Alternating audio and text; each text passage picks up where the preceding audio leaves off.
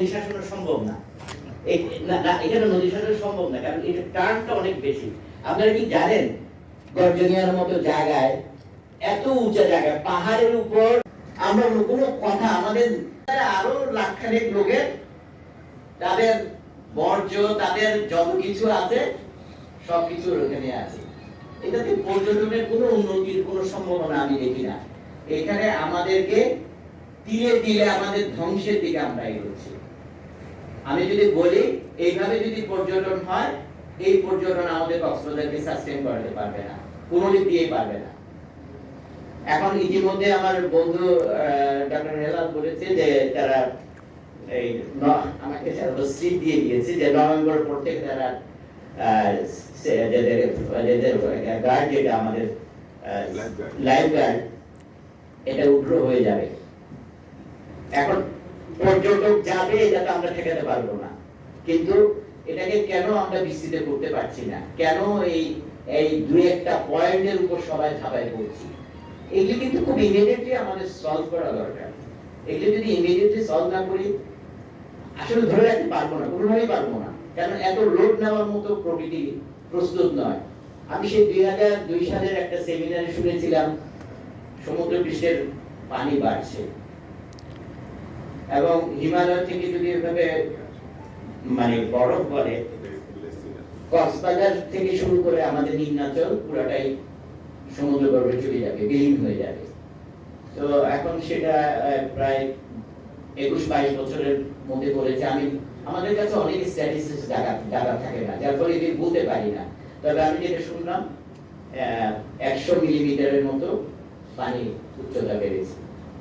এই মহেশখালী মাদারবাড়ির প্রজেক্টে শুনলাম 10,000 মানুষ বাস্তুহারা হয়েছে।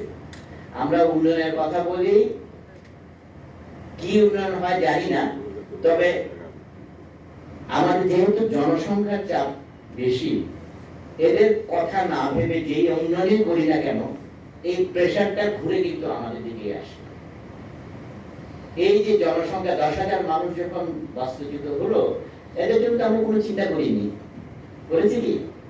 আমরা চাচ্ছি সিঙ্গাপুর, আমরা চাচ্ছি অমুক উন্নয়ন, কিন্তু আমার কক্সবাজার মানুষকে বিপদে ফেলে, আমার লবণ চাষীদেরকে বিপদে ফেলে, আমার প্রত্যেকটা জায়গায়, প্রত্যেকটা ফিল্ডে, এই যে মৎস্যজাতি এত বড় অফুরন্ত জায়গা, আমাদের কালচারাল কোনো কিছুর ব্যাপারে কিন্তু আমরা কিছু করতে পারছি না।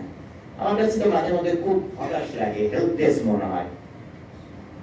আমরা আগাবো কোন দিক দিয়ে?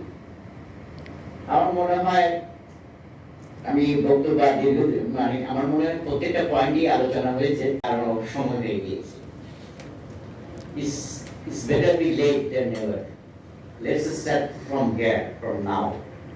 আমরা ওই সংক্ষিপ্ত পরিসরে একটা প্রোগ্রাম নিয়ে ওটাকে আমরা সাকসেসে আনতে পারি কিনা দেখি, এবং আমাদের পর্যায়ক্রমিক যেটাতে আমরা আলটিমেট গোলে খুঁজতে পারবো, কক্সবাজারকে আমরা যেখানে দেখতে চাই সেই গোলে খুঁজতে পারবো, আমরা সেভাবেই অগ্রসর করবো। এবং আমি তানভীরকে আবারও ধন্যবাদ দিই যে আসলে আমরা বিশ্বাস করি, আমি কিন্তু দিয়ে দিয়েছি আমার জায়গা থেকে। আমি বলবো, আমি প্রমাণও দেখালাম যে আমার বাবা 64 এই সমস্ত আলোচনা করে গিয়েছে, আমরা এখনো করছি।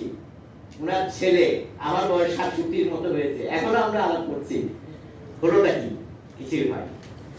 আমরা বলতে পারি আমি ওই ক্ষমতায় আসলে এই বিষয়গুলি নিয়ে আমি আমার আলাদাভাবে করার যতটুকু আমি চেষ্টা করব, কিন্তু এর রেজাল্ট কি হবে সেটা আমি কথা দিতে পারবো না।